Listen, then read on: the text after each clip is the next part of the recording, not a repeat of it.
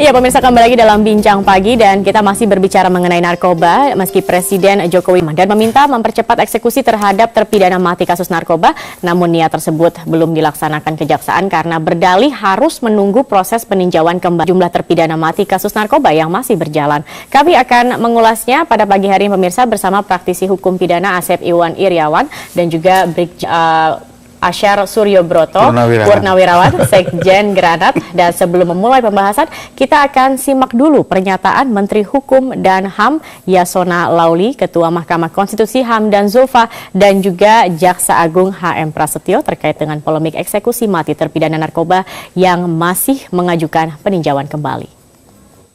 Masalah PK, ada undang-undang lain yang mengaturnya yang tidak dibatalkan MK, yaitu Undang-Undang Kekuasaan Kehakiman dan Undang-Undang Mahkamah Agung.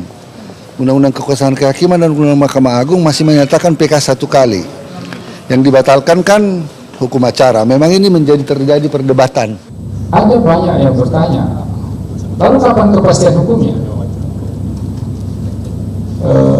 Bagi siapapun yang belajar hukum dan menjadi sarjana hukum, putusan kasasi itu putusan yang memiliki kekuatan hukum pasti. Disitulah kepastian hukumnya. Setelah putusan kasasi, bagi melaksanakan eksekusi, ya silakan laksanakan. Kan putusan kasasi itu putusan yang memiliki kekuatan hukum pasti. Seorang terpidana mati itu menyatakan dirinya akan PK, mengajukan peninjauan kembali, itu kita harus tunggu. Sementara batasan waktunya tidak ada. Jadi dengan demikian tentunya sebelum itu sebenarnya terpenuhi, kita harus menunggu terus. Bahwa eksekusi khusus pidana mati ini terkait dengan instansi lain. Bukan berarti kita bela diri, bukan. Tapi faktanya seperti itu. Kejaksaan jaksa hanya sebagai eksekutor setelah semua aspek yuridisnya terpenuhi. Ketika itu belum, tentunya kita belum bisa melaksanakan. Sementara aspek yuridis itu tentunya yang memutuskan bukan kejaksaan, yaitu lembaga peradilan. Ya, ketika orang mengajukan banding diputus di pengadilan tinggi, ketika kasasi diputus Mahkamah Agung, dan ketika mereka mengajukan PK kembali Mahkamah Agung yang menyidangkan perkaranya. Ya, itu tadi eksekusi mati yang tersandra PK. Pak Asep, ya.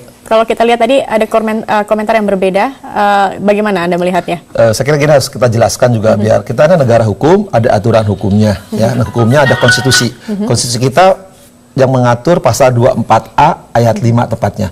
Susunan kekuasaan, keanggotaan, ya, Mahkamah Agung dan badan-badan peradilan di bawahnya diatur dengan undang-undang. Artinya apa?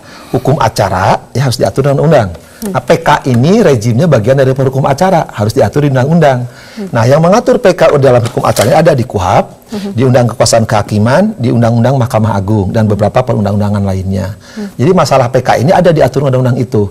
Nah, kebetulan MK pernah membatalkan 268 tentang PK, yang PK-nya sekali jadi berkali-kali.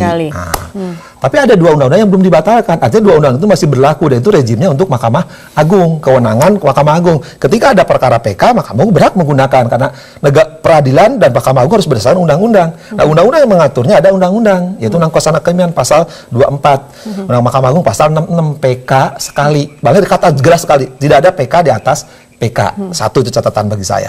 Kedua, ya, betul bahwa MK pernah membatalkan ya 2014 itu ya, bahwa itu PK boleh berkali-kali. Tapi sebelum juga ada 2010 PK sekali. Jadi di MK sendiri masalah pengaturan PK ada 2 pendapat yang berbeda. Ya. Kita akan lihat dulu, ini ada pernyataan juga dari Ketua Mahkamah Agung berikut ini.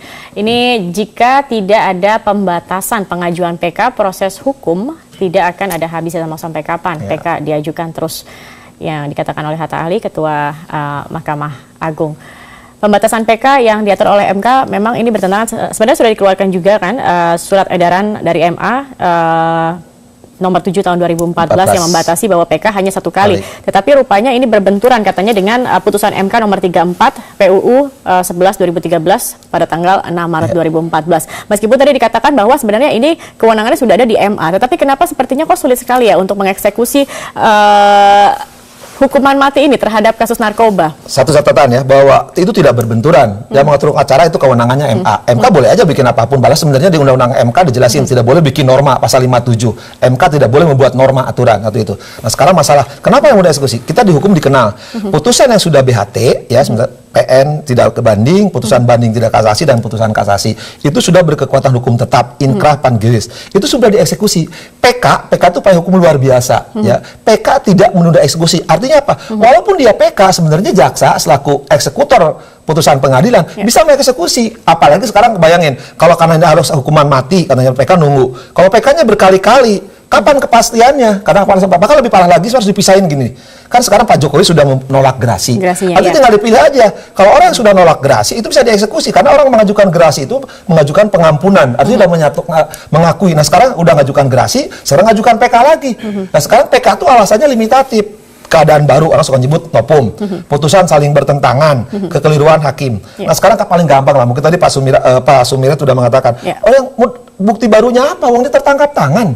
Sekarang bukti apa yang akan menjadikan membalikan putusan hakim bahwa itu ada bukti yang membalikan bahwa dia tidak terbukti bersalah. Putusan nopum udah sulit karena keadaan semua yang dihukum mati itu di Republik ini sejak saya masih ingat 17 tahun yang lalu dengan beliau itu semua tertangkap tangan. Kemudian kekeliruan hakim apa? 3 dari PN, PT, kasasi, 12 hakim, masa keliru? Oke. Baik, Pak Asyar sendiri bagaimana tanggapannya melihat sepertinya sulit sekali ya untuk menjatuhkan atau eksekusi mati ini untuk dilakukan, padahal rencananya kemarin Desember 2014 akhirnya mundur kembali karena masalah ini. Pak Asyar melihatnya seperti apa? Apa tidak ada keseriusan ini dari pemerintah atau seperti apa? Begini, kami warga masyarakat ya, taat asas ya. Pertama taat asas bahwa presumption of innocence kan dipegang ya, walaupun katakanlah sudah ada keputusan sebagainya. Namun ada satu hal yang kami sebetulnya ingin mengusulkan kepada Mahkamah Agung juga ya, membuat suatu SEMA surat edaran Mahkamah Agung tentang masa tenggang waktu. Ini karena tidak ada di KUHP, tidak diatur itu ya. Berapa lama dia menunggu untuk PK, berapa lama untuk kasasi dan sebagainya, sehingga ajukan kasasi atau PK didiamkan aja, nggak ditanggapi. Nah, ini ada apa di dalamnya sampai lama ya. Jadi ini yang sebetulnya menimbulkan ketidakpercayaan masyarakat, tidak ada kepastian hukum. Nah, ini kami menerima dari masyarakat keluhan-keluhan itu, kami bilang bahwa kok nggak ada kepastian. Saya harus tanya kepada siapa? Kepada Pak Asep. Pak Asep juga jawabnya begitu. Ini tadi jawaban Pak Asep sudah betul. Ya. Saya tidak akan bisa lebih pintar dari beliau. Beliau ini sudah pakarnya ya. Asal guru saya kok. Jadi gitu. Kami mendidikan juga kepada para pakar ini yang betul-betul pure ya, bahwa kita menghendaki ya, Granat mewakili masyarakat ini menghendaki adanya satu ketentuan kepastian hukum ya, mengenai waktu, tengah waktu pengajuan PK dan sebagainya itu. Dan kami harapkan selama 7 hari lah, 7 hari ajukan, 7 hari dipertimbangkan keputusan, sehingga apa, kalau sudah diputuskan bahwa ditolak itu sudah sebetulnya sudah inkrah, tapi toh juga kita masih ikuti lagi sekapan lagi. Nah, adanya gunjangan yang sekarang ini bisa menimbulkan tanda tanya. Dan gini juga lupa nih, kalau PK berkali-kali itu hakimnya suka giliran siapa lagi kalau nggak ada hakim menangani PK. Baik. Ya, yang menarik juga ini Granat juga menyatakan ingin terlibat dalam eksekusi hukuman mati terhadap kasus narkoba. Nanti saya ingin menggalinya lebih dalam juga, ingin terlibatnya sejauh apa sih Pak Asyar? Setelah jeda berikut ini, pemirsa tetap bersama kami di Bincang Pagi.